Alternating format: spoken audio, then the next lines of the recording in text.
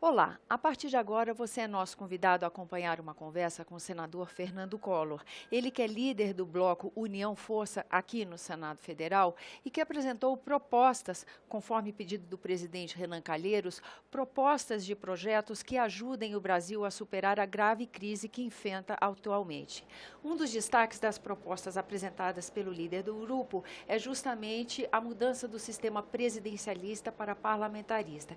E é sobre esse outros temas desse conjunto de propostas que nós conversamos agora com o senador. Senador, muito grato pela sua presença aqui no nosso programa. A gente conversava um pouquinho antes da gravação que a proposta desse sistema parlamentarista, que o senhor convida a casa a discutir desde 2007, ela tem nuances, ela tem detalhes que se adequam mais à cultura brasileira, não é isso? É exatamente isso. A nossa proposta, que foi apresentada em 2007, ela institui um sistema que é um semi-parlamentarismo de governo, um sistema que em todo o mundo desenvolvido, nas grandes democracias, né, e países economicamente fortes e socialmente ajustados à sua realidade, tem como sistema de governo o parlamentarismo.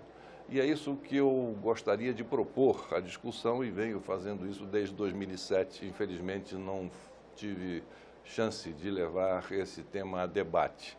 E 2007, 2008, 2009 seriam momentos muito oportunos para que esse debate tivesse sido realizado em função da tranquilidade que vivíamos, da estabilidade que vivíamos, ou seja, poderia ser uma discussão realizada sem muita pressão, sem muito assodamento, com mais reflexão sobre aquilo que estávamos discutindo.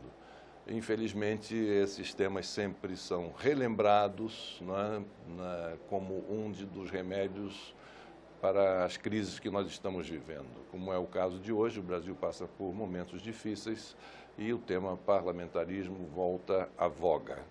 E desde 2015, quando o meu mandato, iniciado em 2007, terminou em 2014, imediatamente eu reapresentei a proposta para a criação do sistema parlamentarista de governo, porque entendo que o sistema parlamentarista, diferentemente do sistema presidencialista, que traz no seu bojo, traz junto consigo, sobretudo o chamado presidencialismo de coalizão, traz junto consigo uma máquina de criar e de fazer e de fabricar crises.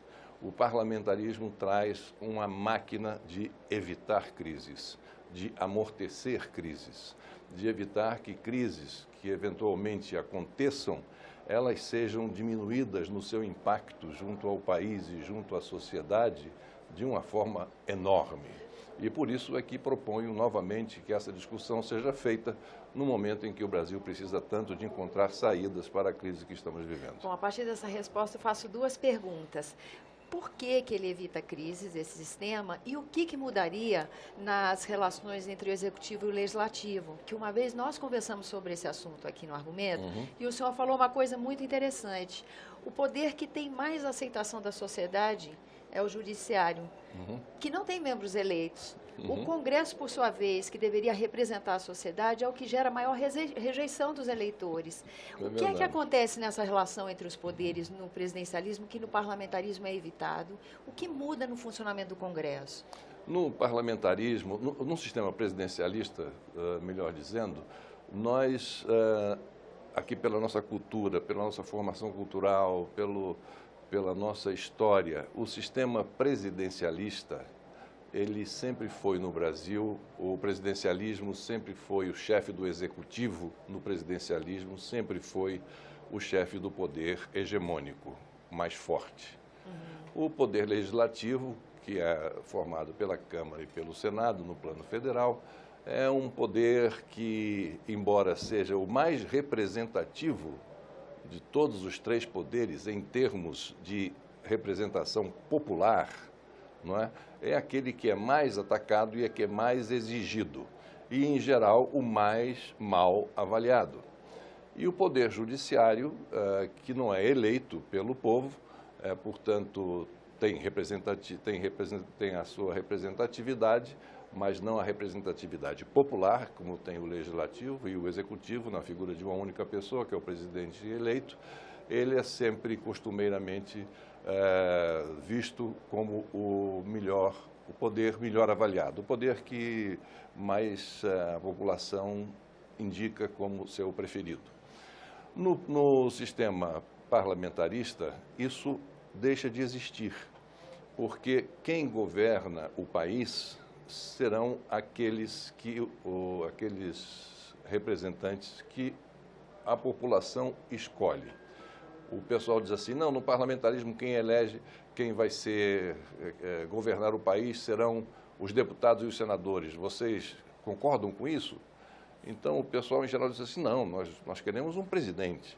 Sim, mas o parlamentarismo, ele é formado e é escolhido o chefe de governo. Nós votamos nos deputados, né? Nós votamos nos senadores, e esses deputados e senadores vão formar uma maioria dentre os partidos que estão ali representados no Congresso, e formando esse partido, eles oferecem um programa de governo. O presidente da República é eleito diferentemente desses na mesma época, mas com atribuições diferentes das atribuições dadas aos parlamentares. O presidente da República fica como chefe de Estado, ele é o chefe das Forças Armadas, ele é quem dirige a política externa do país, mas ele tem o poder de interferir, sim, no Congresso Nacional, no chefe de governo que é eleito pelos parlamentares, que será sempre um parlamentar, de destituir o chefe de governo, de convocar novas eleições a qualquer momento em que haja uma crise. É por isso que eu digo que o parlamentarismo serve como um amortecedor, porque no momento de crise, em que a gente vê que o governo não está indo bem, e o governo no parlamentarismo é coordenado por um escolhido dentre os parlamentares eleitos naquela eleição. Se não está indo bem o governo, o presidente da República não é a rainha da Inglaterra. Ele chega, interfere e diz, vamos dissolver essa Assembleia, vamos dissolver o Congresso e vamos convocar novas eleições para formarmos uma nova maioria, para trazermos um novo projeto, uma nova proposta para retirar o país desta crise que nós estamos vivenciando, por exemplo. E o país continuaria vivendo naturalmente, sem regurgitar, né, de 6 em 6 meses todos esses problemas que nós estamos aí vendo se acumular e sem ter uma visão clara de quais saídas nós teremos. Então, o parlamentarismo dá poder ao povo, porque o Congresso Nacional são representantes do povo, e é por isso que o povo costuma reclamar dos seus congressistas com todo o direito, porque esse Congresso é a casa do povo. Então, foi o povo que nos trouxe aqui. E o povo, quando reclama, quando se deblatera, quando não gosta, quando faz qualquer tipo de crítica, por mais ácida que seja, tem toda a razão, porque foram eles que nos trouxeram aqui. Então, nada melhor do que devolver ao povo, no momento de crise, a oportunidade deles dizerem, bom, nós escolhemos esses não deram certo, o presidente da República, no sistema parlamentarista, dissolveu esse Congresso, convocou novas eleições, vamos escolher nossos novos representantes e vamos ver o que é que eles têm para nos apresentar. É por isso que o senhor defende que no parlamentarismo os partidos se fortalecem, as plataformas ideológicas de cada partido vão ficando mais nítidas para o eleitor? Sem dúvida, porque o parlamentarismo, ele tem também essa grande vantagem. Além dele qualificar a representação parlamentar, ele também fortalece o sistema partidário. Porque hoje nós temos 37, 38 partidos, há uma disputa entre ministérios, se há mais ministérios ou mais partidos no Brasil.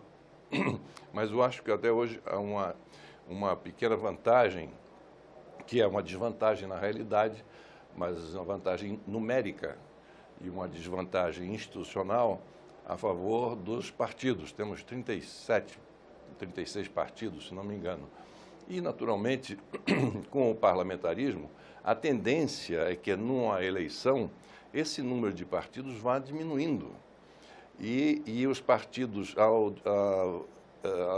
no momento em que eles forem diminuindo, eles vão se fortalecendo, porque a tendência é que os partidos satélites ou partidos menores, eles vão se aglutinar a forças partidárias maiores com perfis ideológicos mais nítidos, mais claros, mais identificáveis pela população. Então, haverá uma redução de partidos, do número de partidos, e o fortalecimento programático, ideológico daqueles partidos que permanecerem para disputarem as eleições com vistas à formação de um gabinete. No parlamentarismo, quando se forma a maioria no Congresso para governar o país, essa maioria escolhe um gabinete, que seria o primeiro-ministro, que seria o mais votado, dentre aqueles partidos que estivessem reunidos para escolher o primeiro-ministro, e dali sairiam os ministros de Estado. E aí vem a medida provisória. Tem um outro detalhe, a medida provisória que hoje nós tanto ouvimos falar, e a discussão de que a edição de medidas provisórias vem atrapalhando muito a relação entre o legislativo e o executivo e assim por diante, aquela coisa toda. Isso vem por um equívoco que houve na Constituição de 88, que a Constituição ela começou a ser criada como uma Constituição com um sistema parlamentarista de governo e depois mudou para o sistema presidencialista, mas ficou lá o Instituto da Medida Provisória. No parlamentarismo, se o chefe de governo enviar ou apresentar uma medida provisória e essa medida provisória não seja aceita pelo Congresso, o gabinete imediatamente é derrubado. Nossa. O gabinete imediatamente... Muda muito a relação muda muito a relação, muda muito a relação com o MP. Quer dizer, é preciso ter muito cuidado para fazer a edição de uma medida provisória, que é um instrumento que, quando assinado, passa a vigorar imediatamente. Então, não haverá mais essa celeridade, né, de emissão de medidas provisórias que nós vemos nos dias de hoje. Então, editou uma medida provisória. Essa medida provisória não teve a maioria para ser aprovada no Congresso Nacional, automaticamente o gabinete, o primeiro-ministro e o seu gabinete, ele é automaticamente destituído e o presidente da República convoca o Congresso para formar uma nova maioria, em primeiro lugar, se desejar, ou, em última análise, se essa maioria não puder ser recomposta, essa nova maioria não puder ser recomposta, não puder ser composta, então convoca-se uma nova eleição.